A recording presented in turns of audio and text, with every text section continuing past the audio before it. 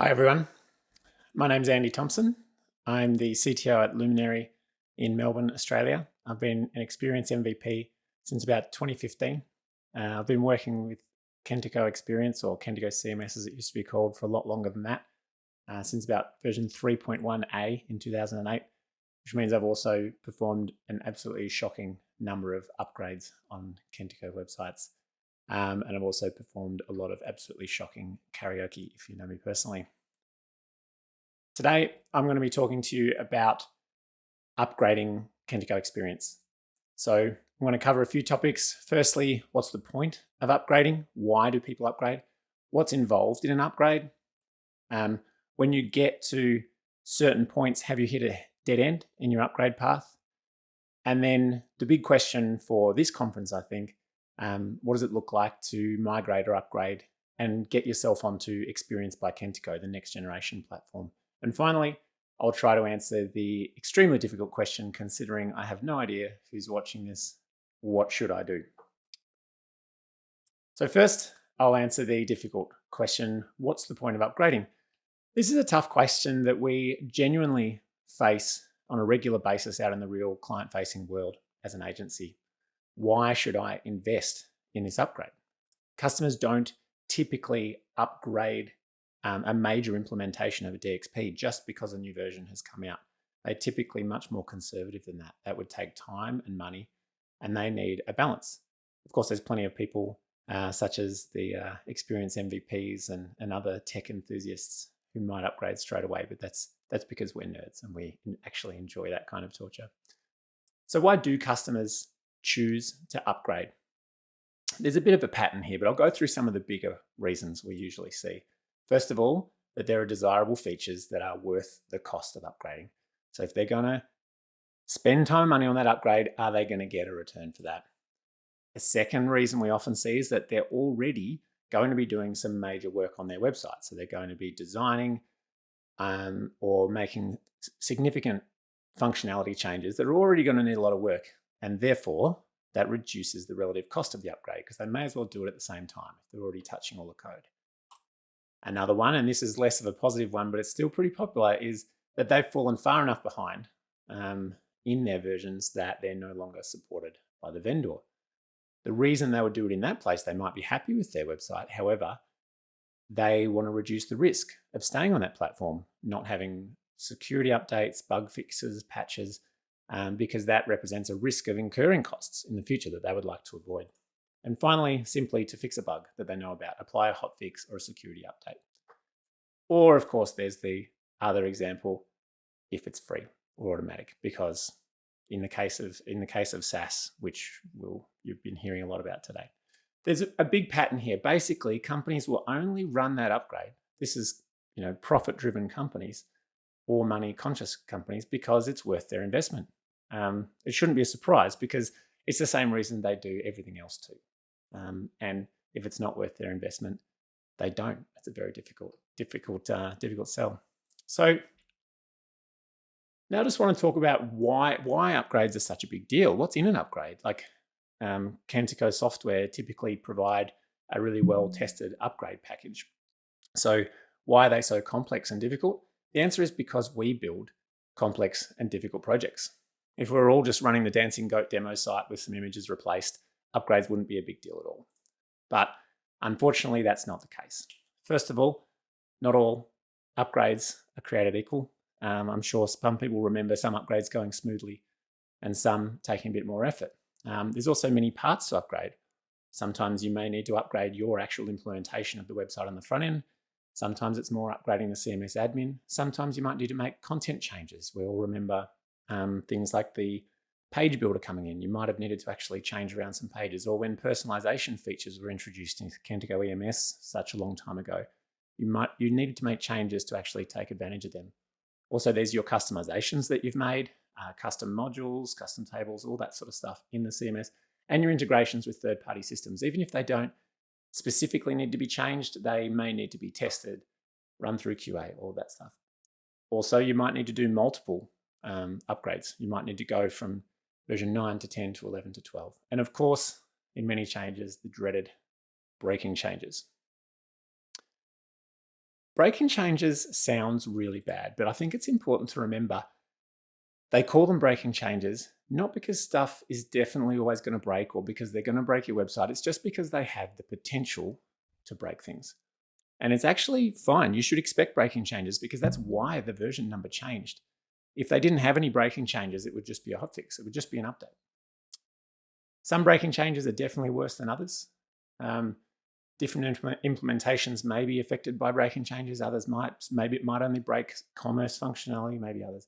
Some of Kentico's major breaking changes you might remember fondly. They overhauled the UI completely a few years ago. They removed database views in about version 9 or so, shifting to the MVC development model from Portal, which developers rejoiced, but it required some development. Removing legacy features, which they were very careful about, but they finally did it. I missed the bad words module, to be honest. And the migration to .NET Core, which has happened far more recently. Now, these are all breaking changes. These are all things that you couldn't just click the button, run the upgrade, and your website was going to be fine. However, they're not that bad, really. I'm not sure if I should mention the competitor I'm thinking of, but if you've worked with some of Kentico's larger competitors, you'll probably remember some much worse breaking changes on the other side of that fence, such as entire database technologies being removed in a simple version number upgrade. So the changes we're talking about more recently, this conference has really been showing off the next generation of the platform, Xperience by Kentico. These changes are a lot bigger than what we've seen in the past. We're talking a complete rewrite of the admin. We're talking about features changing. We're talking about a whole new name. It doesn't even have a number in it anymore. Is this the end? Can I keep going from here? Do you need to stop? Probably saw this coming. The answer is no. Of course not. It's just more breaking changes. That's the way I want to think about it. And that's what I'm going to be talking about today. That's why the discussion of the breaking changes. Breaking changes doesn't mean it's broken, throw it in the bin. Breaking changes means there's going to be some migration required, some migration work. You're going to need to do some dev work. You might need to change some things to make it work. Moving from the portal method, web forms technology, through to MVC, that was a significant migration. That happened for some people as early as version 8 or 9, and for other people as late as version 12 or 13. Now, that's another example. You had the option of doing that migration at any point over 4 or 5 years in that version history. .NET Framework to .NET Core was a slightly easier migration than rewriting all your pages in MVC, but still a significant migration. You couldn't just run that upgrade. You had to get the devs to do that one. And that one was more recent. So what about migrating from Kentico Xperience 13 through to Xperience by Kentico? Or as it was called for one part, I'm a little bit disappointed this didn't stick, the next generation of Kentico Xperience. Look, Xperience by Kentico is new and shiny, yes, but it is also related. It's truly the next generation of Kentico Xperience. I like to think of it as the love child of Kentico Xperience and the latest .NET Core and cloud technologies. So can you migrate to Xperience by Kentico from Xperience 13? That's the question that we've had a lot of customers, a lot of people at our company, a lot of our salespeople asking. You've invested in Kentico Xperience 13. Can you move on to Xperience by Kentico? Yes, you probably saw that answer coming as well. Yes, you can. Of course you can. The Kentico team aren't silly enough to leave that many hundreds or thousands of customers and partners high and dry. I'll go into more detail about how difficult it's going to be to do that migration and what kind of support you're going to get. But first, I want to look at how it compares to some of those other migrations I've been talking about. I've been throwing the word migration around a lot, using a lot of examples. So remember, in any migration or any version, any upgrade, there's always breaking changes of any upgrade of any DXP. This time, we're just talking about some different breaking changes and some significant ones. How significant they are, they'll affect each project differently. If you are on just a pretty straightforward web publishing website, you're not using a lot of the advanced functionality, you haven't done a lot of commerce customizations, it may actually be quite straightforward. It's fair enough to assume, though, that some things will need to be rebuilt. They might need to be changed, they might need to be tweaked, and other things can simply be transferred across. That situation is going to evolve over the next 4 or more years as Xperience by Kentico continues to grow and Kentico Xperience 13 continues to grow as well, side by side. Some customers will be able to migrate straight away. Some will need to wait for later. Similar to the portal to MVC migration, really. So comparing a few different types of migrations, I'm going to compare it also to some of the straightforward upgrades I've talked about, and I'm going to throw in a big one in there at the end, a complete replatforming, just to show how this might stack up compared to that. Now, this is difficult. I've used the title relative effort on this because this is not a science. I need to apply this answer to hundreds of customers, thousands of websites. So I'm going to compare a few examples here. I'm not sure if you can read the tiny text on my screen when you're watching this presentation online, but the first one I'm looking at is a regular Kentico Xperience upgrade. So I've used that as a bit of a baseline. Let's say a regular Kentico Xperience upgrade, you've got a fairly straightforward website. You're not changing the underlying .NET technology.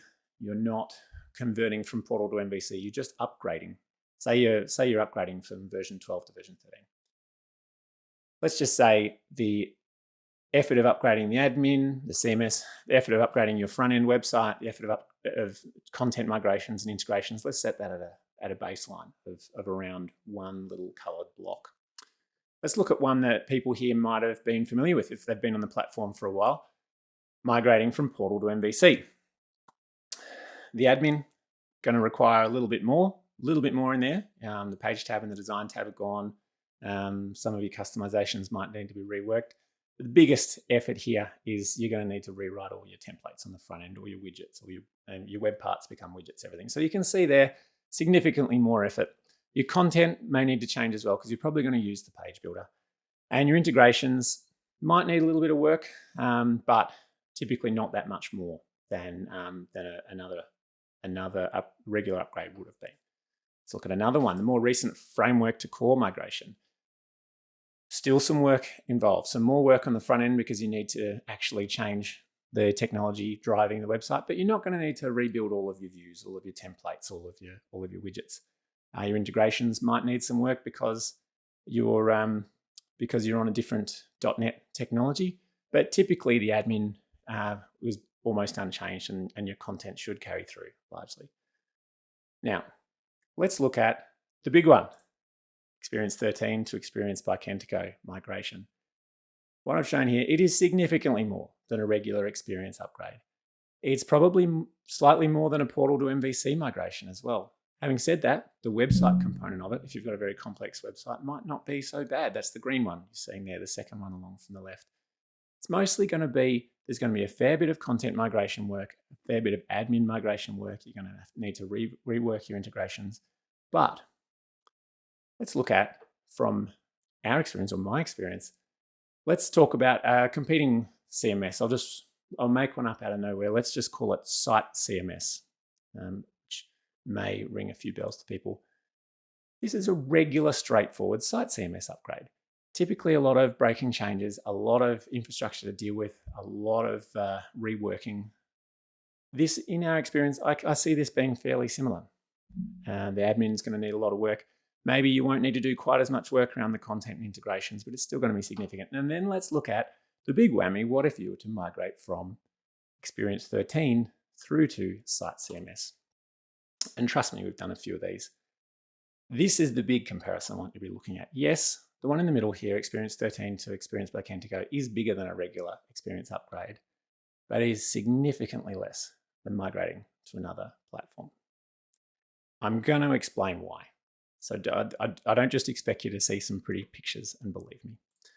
So remember, companies upgrade because it's worth their investment.